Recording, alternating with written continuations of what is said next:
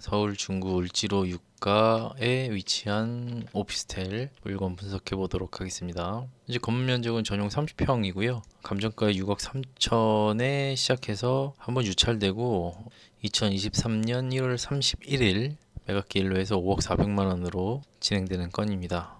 이렇게 대로변에 위치한 오피스텔이고 이게 15층인 것 같은데 여기 정면에 보이는 이거예요. 딱 봐도 상업용으로 쓰고 있는 게 보이죠?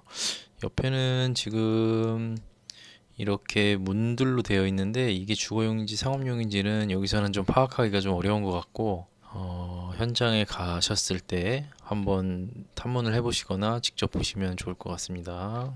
내부를 보면 꽤 넓게 돼 있어요. 중간에 이렇게 막히는 거 하나도 없이 지금 사무실로 굉장히 잘 쓰고 있는 형태이고 여기 보면은 지금 시스템 에어컨도 되어 있고 그죠?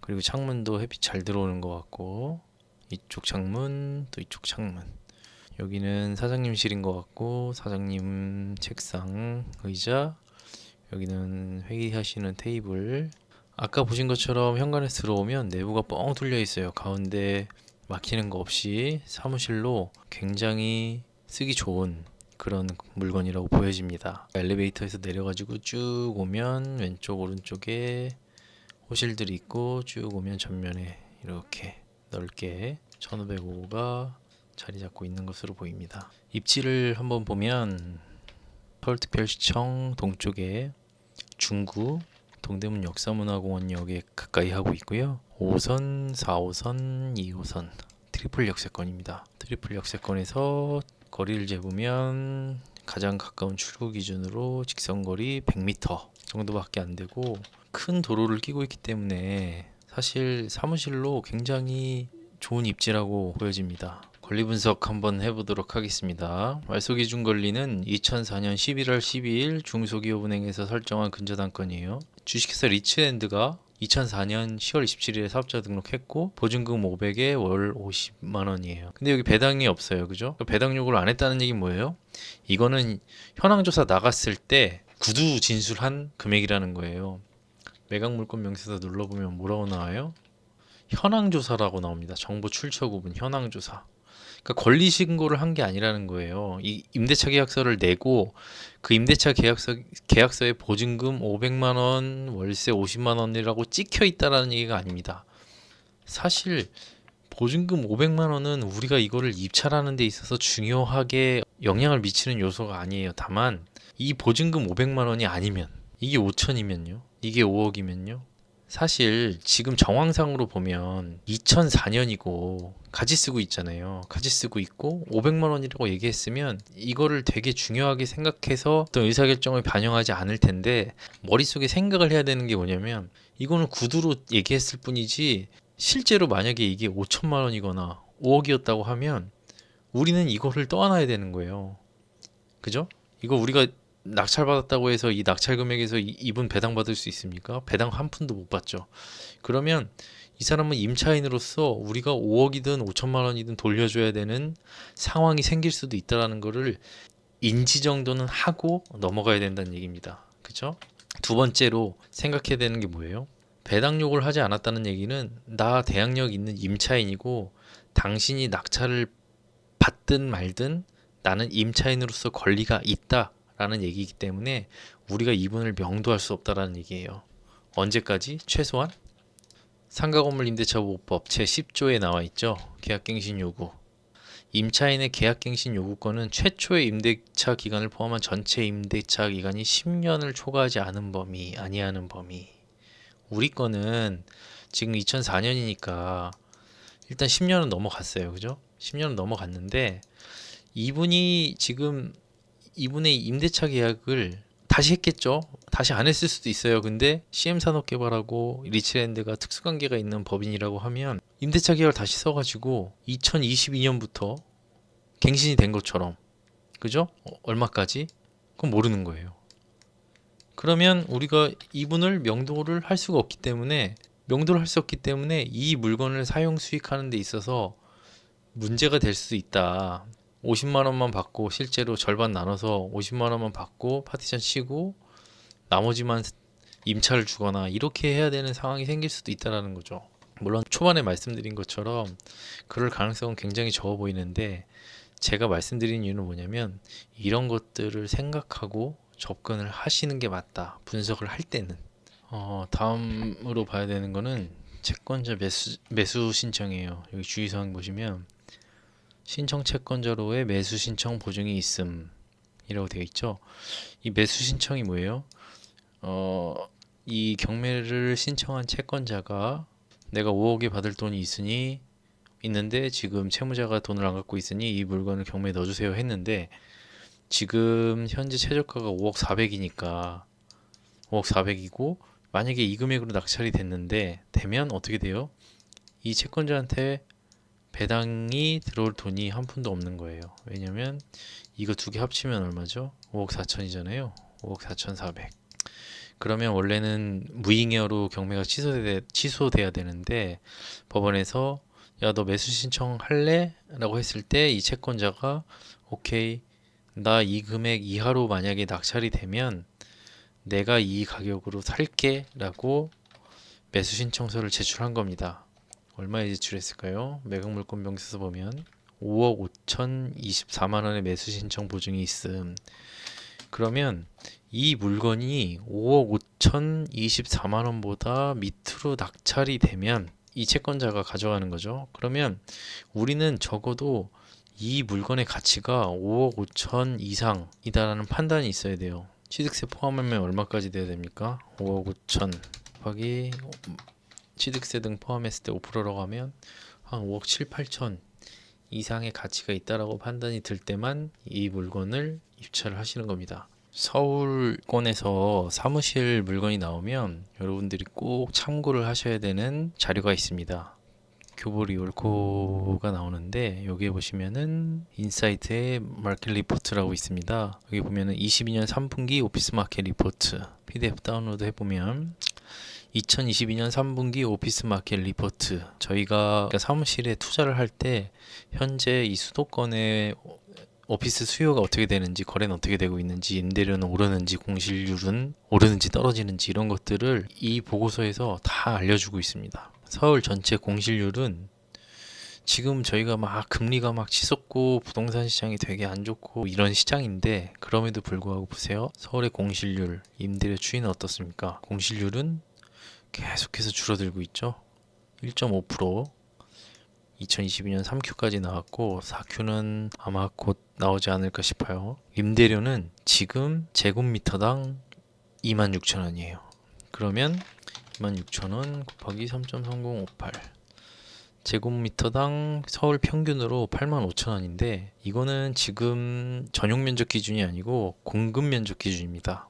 그러니까 실제로 전용 면적 기준으로는 우리가 한 60%만 잡아도 14만 원이란 얘기예요. 그리고 여기서 이제 보셔야 되는 거는, 한번 볼게요. 서울 전체는 26,000원, 공실률 1.5%, CBD 종로권이죠.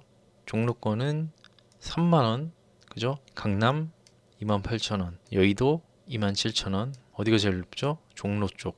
물론 이 종로 쪽이라는 거는 저기 종각 이런 쪽을 얘기하는 거긴 한데, 어쨌든 저희는 지금 을지로잖아요. 그러니까 종각 을지로 이쪽인데, 저희는 을지로에서 조금 떨어져 있긴 하지만 이쪽으로 보시고 접근을 하시면 됩니다. CBD 종로 쪽에서도 프라임 A급, B급, C급, 이거는 면적으로 나눠요. 그러면 저희 같은 경우는 이제 통건물이 아니니까 제일 작은 걸로 보고 거기보다도 더 이제 보수적으로 보긴 해야 돼요. 일단 현재 종로 쪽에 위치한 C급의 평당 임대료가 어느 정도로 형성이 되어 있는지, 그리고 임대료가 오르는 추세인지 혹은 떨어지는 추세인지, 공실률은 오르는 추세인지 떨어지는 추세인지를 이 보고서를 보고 한번 볼 필요가 있다라는 거예요. 적어도 우리가 서울에 있는 오피스 사무실에 투자를 할 때는 경매든 공매든 마찬가지예요. 한번 보면 도심권 CBD 임대료 아까 봤죠? 3만원, 공실률 쭉 떨어지고 있죠. 그러니까 우리가 생각하는 것보다 핵심 지역에 있는 오피스 사무실에 대한 수요는 사실 굉장히 증가하고 있다는 거예요. 그리고 여기서 급을 나눠서 보면 C급 같은 경우는 지금 제곱미터당 19,000원 정도라고 나와 있죠. 그러면 계산을 한번 해보자고요. 19,000원에 곱하기 평으로 환산해주고, 전용 면적이 아니고 공급 면적 기준이라고 했잖아요. 그럼 전용 면적으로 60% 정도만 잡아도 평당 10만 원이 평균이라는 얘기예요. CBD에서 외곽에 있을수록 분명히 더 쌀 거예요. 그죠? 더 쌀 건데 이걸 평균 내보면 10만 원이라는 얘기예요. 전용 면적 기준으로. 그죠? 우리 거는 어때요? CBD에서는 좀 떨어져 있는 지역이죠. 그러니까 우리가 종각에 있진 않잖아요. 종각에 있진 않고, 그 다음에 사무실이 주용도인 건물이 아니에요. 그렇기 때문에 여기서 분명히 할인이 들어가야 돼요. 그럼 우리가 여기서 20% 정도 할인을 한다라고 하면 평당 8만 원 정도는 받을 수 있지 않을까 라고 생각을 하고 접근을 해보면, 아까 우리가 건물 면적이 얼마였죠? 30평이죠. 8만 원 곱하기 30평 하면 240만 원. 이따가 네이버 부동산에서 이제 호가라든지 이런 걸 보면서 근처에 이제 오피스의 임대료가 얼마인지를 조사를 해보겠지만, 처음에 접근을 할 때 이 물건을 분석하는 이유가 될 수 있다라는 거예요. 내가 이런 것들을 알고 있으면 서울의 CBD에서 그래도 C급만 돼도 평당 한 10만 원, 전용 면적 기준으로 평당 한 10만 원 되는데, 이거 8만 원만 쳐도 30평이면은 한 240만 원 정도, 한 240만 원 정도 받을 수 있는 거 아니야? 그런데 5억이면 너무 싼데? 5억이면 왜 싸요? 지금 국고채 5년의 금리가 이렇게 움직였는데 기준금리도 상승하고 하니까 국고채 금리가 1.1에서 3.5까지 올랐어요. 근데 어때요? 우리의 기대 수익률, 서울에 있는 오피스 건물을 사면서 투자자가 기대하는 수익률이, 거래되는 수익률이 계속 낮아지다가 이번에 잠깐 반등을 했는데 어때요? 이 스프레드가 지금 마이너스에 와 있다는 얘기예요. 그러니까 국고채 금리가 많이 올랐어도 서울 오피스텔을 거래하는 자본 수익률이 생각보다 크게 오르지 않았다는 거예요. 물론 높아질 수 있죠. 근데 만약에 이 국고채 금리가 피크아웃 찍고 내려간다 라고 하면 어떻겠어요? 얘도 횡보 또는 하락을 할 수 있겠죠. 그러니까 우리가 이게 어느 정도 금리가 안정되고 했을 때 저 사무실 건물을 5%의 기대 수익률로 매각을 한다라는 게 그렇게 어렵지 않은 일일 수 있다라는 거를 볼 수 있는 겁니다. 자, 그러면 이 근처 사무실 건물이 어느 정도 임대 시세가 형성되어 있는지 한번 조사를 해보도록 하겠습니다. 아까 저희가 교보 리얼코에서 봤을 때 대략적으로 평당 한 8, 9만 원 정도는 받을 수 있지 않을까 이렇게 예상을 했었죠. 네이버 부동산에서 사무실만 볼게요. 월세, 그 다음에 지상층만 보면, 자, 여기에 있는 물건 한번 보면 20평에 평당 220이랍니다. 약간 보면 그냥 사무실같이 생겼어요. 약간 창문이 보이고 20평이다 보니까 그렇게 넓어 보이진 않네요. 시스템 에어컨 달려있고 깔끔하네요. 건물 사용 승인일이 지금 64년 3월이라고 하네요. 저희가 2004년 건물인데, 로드뷰 한번 볼까요? 이 건물인데 리모델링을 했겠죠? 네, 리모델링을 한 것 같은데 이게 2010년까지밖에 안 나오니까 이걸로 볼 수는 없는데, 우리 거랑 비교해 봤을 때 뭐 어떤 특별하게 좋은지 이런 것들은 좀 분석하기는 어려울 것 같고, 그래도 한번 써보겠습니다. 면적이 30평, 최저가가 지금 5억 400만 원, 기대 수익률, 그러니까 목표 매도 수익률이죠, 그죠? 아까 5%로 잡아보고 했을 때 이제 예상 임대료가 얼마냐 이걸 구해볼 거예요. 예상 임대료를 구해서 이 예상 매도가 이렇게 한번 여기를 한번 채워보겠습니다. 먼저 이 물건 1번은 3,500에 220, 20평입니다. 평수가 있어야겠네요. 평수 20평, 평당 임대료는 11만원, 본권 대비 우위는 동일하다라고 한번 보고요.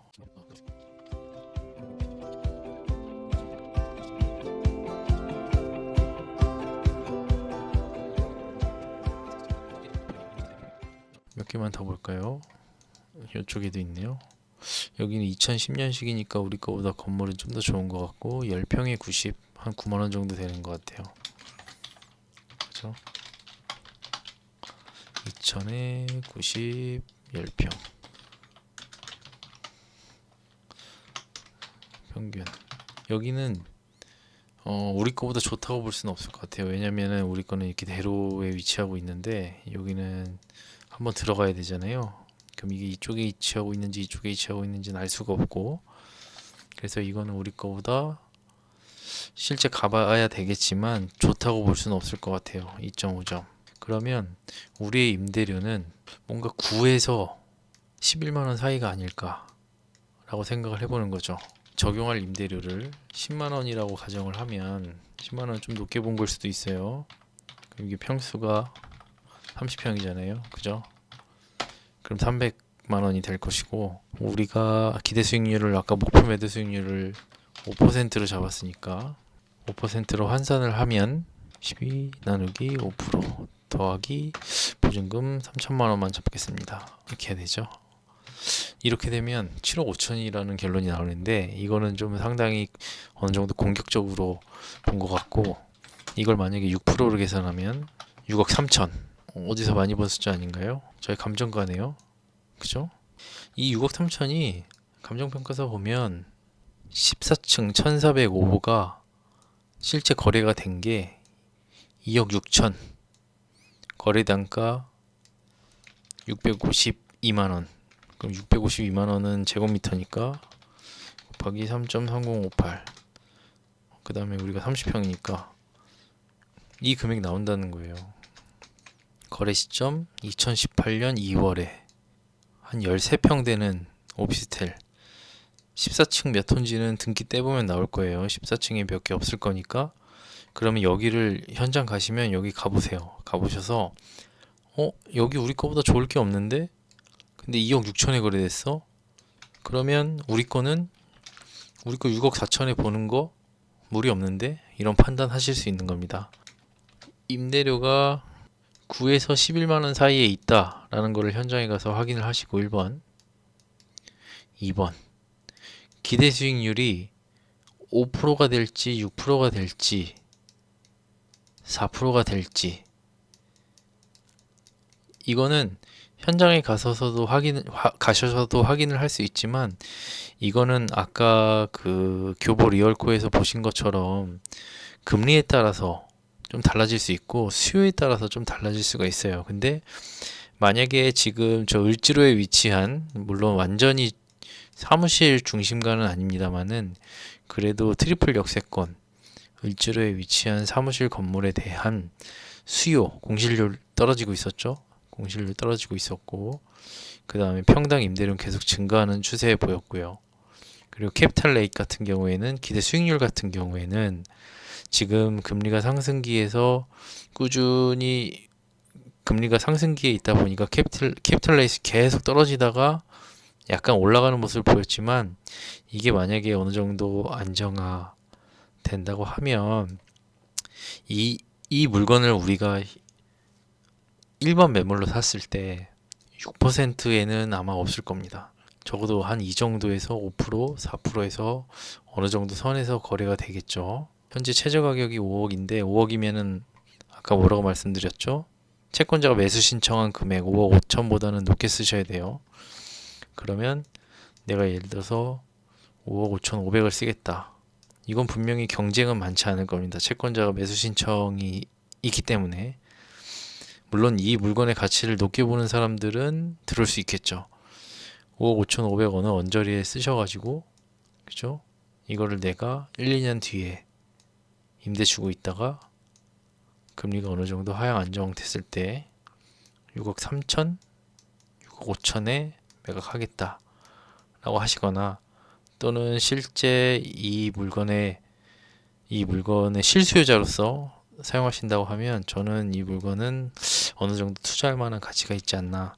물론 이거는 지금 손품만 판 거기 때문에 현장에서 아까 파악하셔야 된다고 했던 것들, 여기에서 조사한 이 물건들의 비교 우위를 따져보셔야 돼요. 비교 우위를 따져보시고 이 물건의 진짜 임대료가 어느 정도 될지, 그리고 기대 수익률은 한 5% 정도 잡으시면 문제 없을 걸로 보입니다. 긴 시간 영상 시청해 주셔서 감사하고요. 오늘 여기서 마치겠습니다. 감사합니다.